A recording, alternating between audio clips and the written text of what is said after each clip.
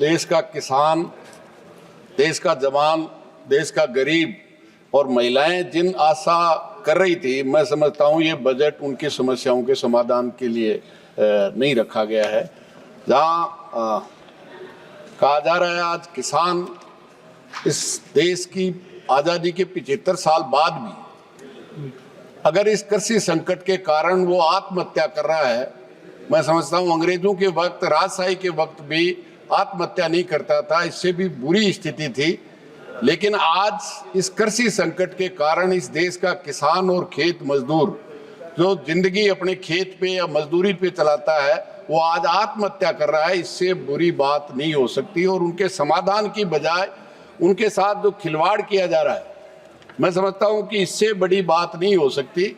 आज वो अपनी पैदावार का किसान केवल एमएसपी मांग रहा है, न्यूनतम समर्थन मूल्य की गारंटी मांग रहा है, वो देने के लिए सरकार तैयार नहीं है। और जिस तरह से आज उस किसान को लूटा जा रहा है, आप अंदाजा कीजिए सभापति महोदय, 15 रुपये में जो हमारे कृषि मंत्री जी जहाँ से आते हैं, 100 रुपये में बीज ला करके लहसुन बोया था और 5 रुपये में लेने वाला नहीं था। किसान उनसे भाव मांगने गया, उन्होंने मंदसौर में गोली देने का काम किया और 5 किसानों को मौत के घाट उतारने का काम किया। 15 रुपये में जो फसल पैदा करता है उससे खरीद के 300 रुपये तक बेचते हैं, जब तो देश विकास करता है। और उस किसान को अगर उसकी लागत और मेहनत के अनुसार थोड़ा मुनाफा जोड़ करके गारंटी दे दी जाए तो देश विनाश कर देगा।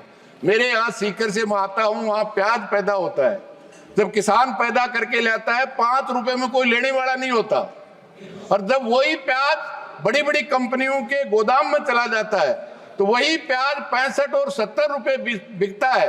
आम आदमी 65 और 70 रुपए में खरीद के खाता है। जब देश विकास करता है उसको भाव नहीं मिलेगा, उसको सस्ता नहीं मिलेगा।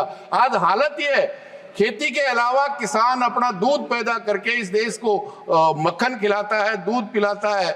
उस दूध की हालत ये है आज, इस देश के किसान का दूध और कंपनी का पानी बराबर बिकता है और हम कहते हैं कि ये देश के साथ न्याय है। मैं समझता हूं इससे बड़ी अन्याय नहीं हो सकती।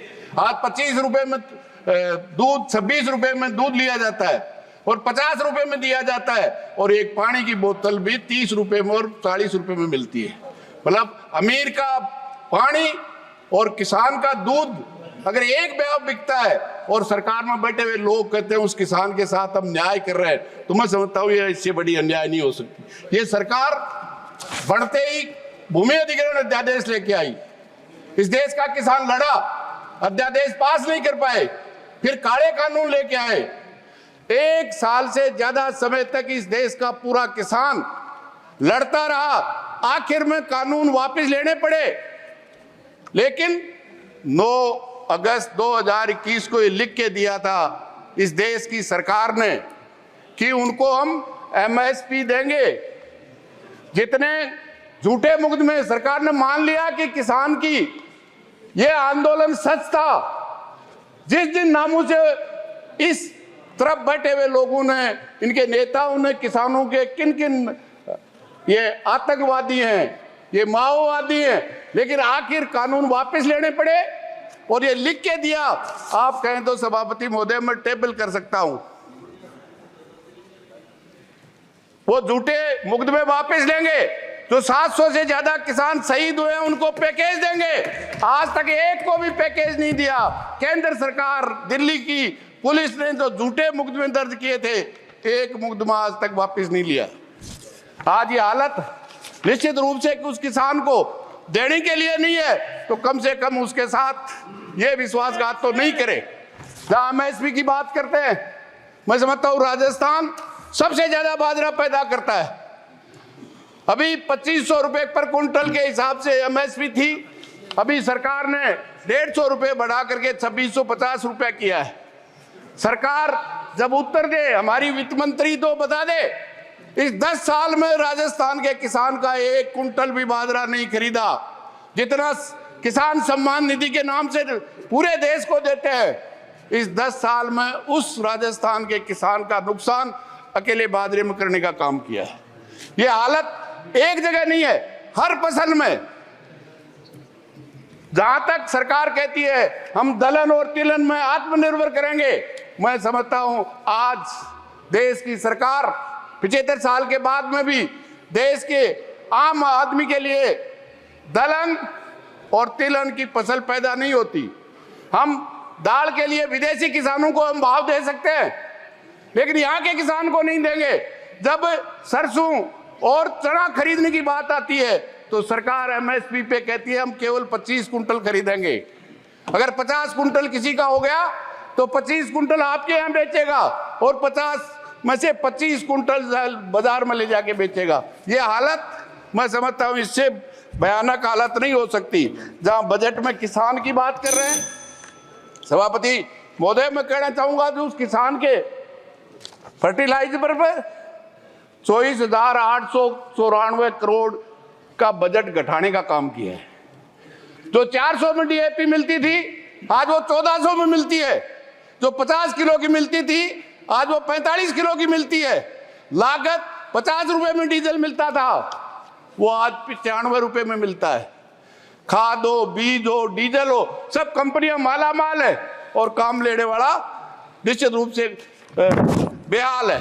जहां मनरेगा में जितना 86,000 करोड़ रुपया अलॉट किया गया है, इस बजट में 41,000 करोड़ रुपया इस 4 महीने में खर्च हो गया है। आज ही मंत्री जी उत्तर दे रहे थे कि हम 100 दिन का काम देने की गारंटी है।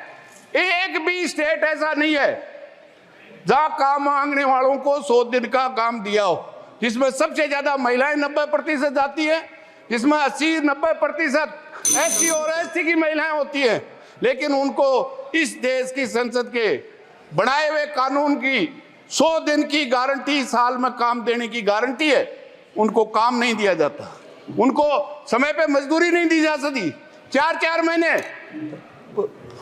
लोगों को मजदूरी नहीं दी जाती। और राजस्थान वो है जो आज भी पीने के पानी के लिए तरसता है।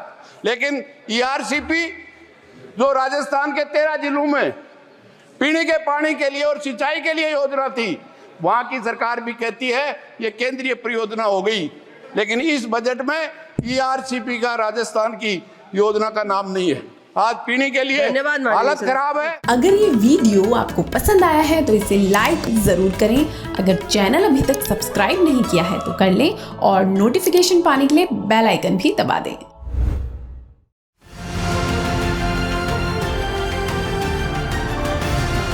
किसान तक खाना है तो उगाना है, किसान तक खाना है तो उगाना है, किसान तक खाना है तो उगाना है, किसान तक खाना है तो उगाना है, किसान तक खाना है तो उगाना है, किसान तक खाना है तो उगाना है।